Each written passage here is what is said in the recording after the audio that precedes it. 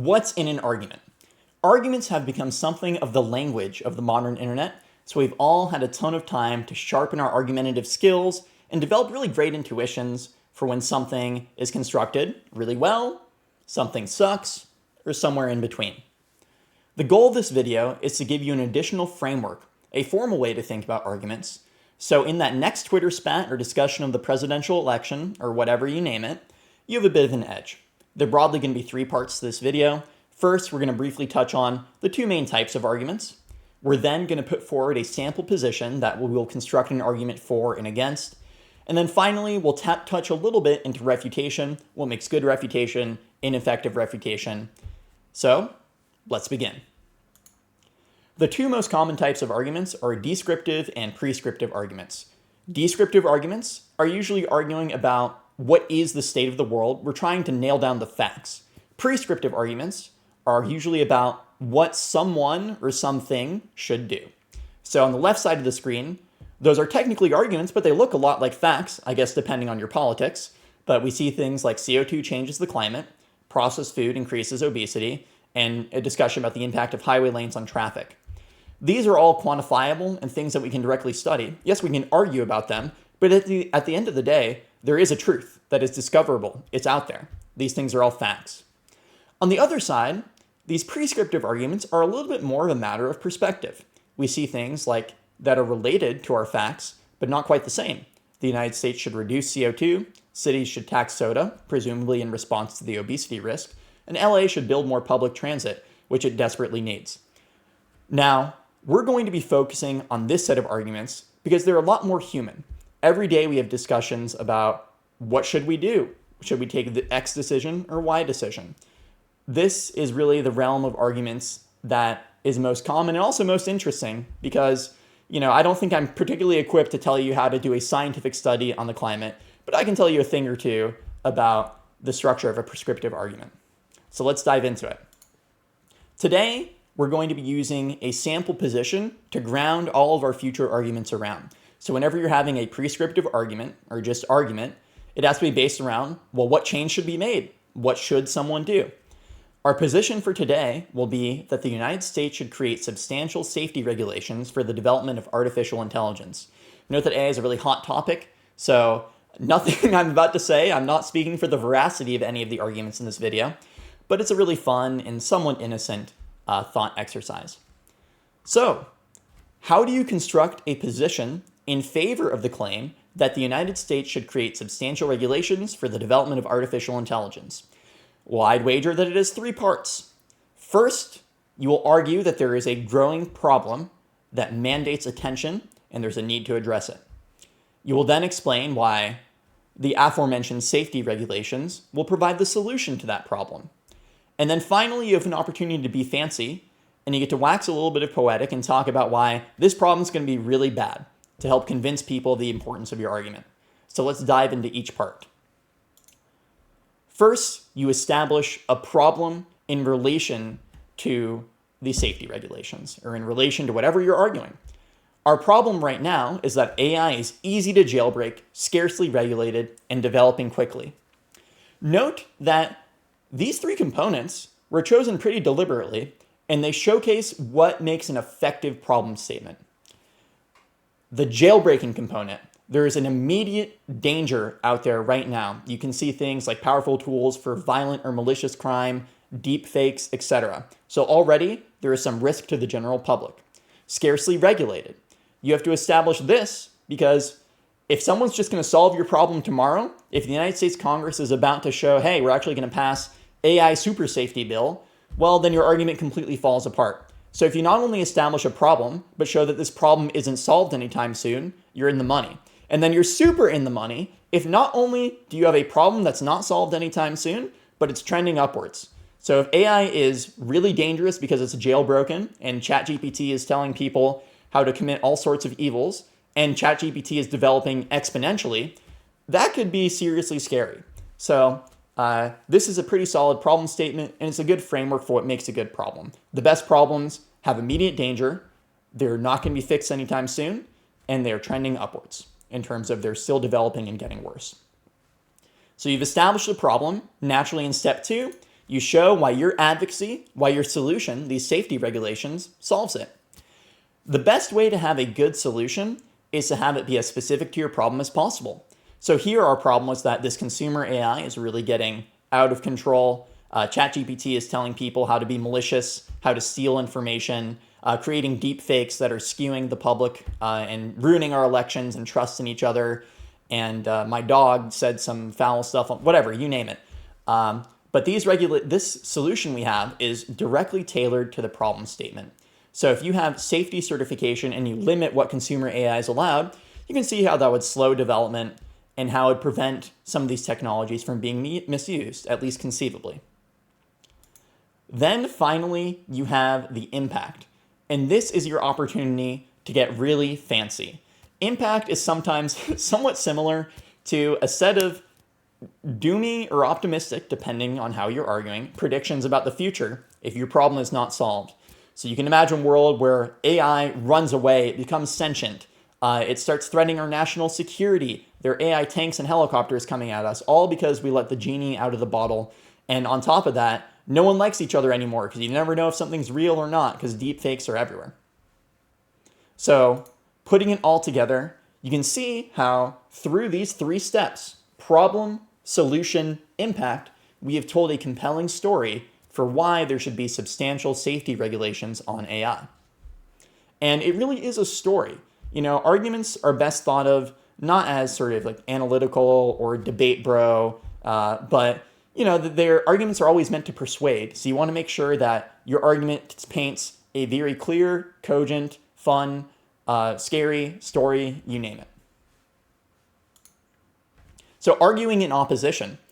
This is very similar to the exercise we just went through. We're going to go through it though, because there are slight spins on what the pieces look like, but broadly each piece is a mirror of the argument in favor. When you're arguing in opposition, you generally want to say instead of a problem, there's something good going on right now, that whatever solution is offered would disrupt that. And finally, again, you have your opportunity to have impact and be a little bit fancy. So the first step in an argument in opposition is to show that there's a positive trend. Right now, the United States is on the brink of an industrial automation revolution where AI is key. This is pretty straightforward. This is framed as something really good. You can imagine a world where we have super factories done by AI, delivering us all manner of products with AI completely automating all the problems out of our life. Oh, yeah, maybe that's not so bad. Not so bad from a human needs perspective. There could be other disadvantages, obviously, but yeah, at least you're not going hungry, right? So anyway, conceivably, there is a lot of economic output gained through the development of AI technology. You will then claim that whatever change is being proposed will disrupt this positive trend. So in our case, these safety regulations that might be able to keep the genie in the bottle in terms of, making sure ChatGPT doesn't run rampant, will also have a spillover effect because they're saying that we should regulate all AI. And what about the AI that's building cars? The AI that is being our virtual assistant? What about AI that, could drive your car? All of that could lead to a lot of economic development, economic growth. And if you lose that in the United States, those economic gains would go elsewhere. So not only would the US economy not benefit from having this really cool AI industrial revolution, but you'd also see a state of affairs where all of that economic development and growth is just happening in other countries, so the US falls behind. Finally, impact, again, our chance to get a little bit fancy. So here we just can talk a little bit more about our theory about why this AI economic revolution will be so powerful. There'll be a tremendous increase in living standards. There'll be a new type of human freedom because if you don't have to worry about doing things like driving, or if we're not all tied up in manufacturing jobs, maybe we could pursue human potential. We could all be artists or SoundCloud rappers, or maybe this is not such a great argument after all. So the opposition storyline, just to put it all in together again, is that you have a trend that is positive in the status quo. This trend is disrupted by whatever your opponent is saying we should do. And then finally, the impact of disrupting that trend, the brilliant future that has been lost to the wayside because we chose to take that change. All right. So that summarizes the basics of putting together an argument for and against certain propositions. Now we're going to dive into refutation a little bit, and let's start with the don'ts. There are a lot of really bad ways to engage in arguments, and the most common flaw with refuting an argument is things that do not address the direct claims that your opponent is making. For instance, the most common failure in response is a non sequitur.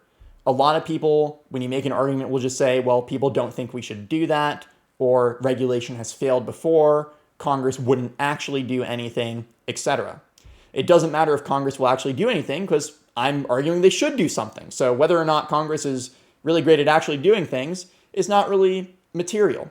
Whether or not previous legislation failed, especially if it failed in 1953, I mean, who cares? That's just not a very good responsive example. It doesn't explain why a safety regulation about technology will fail.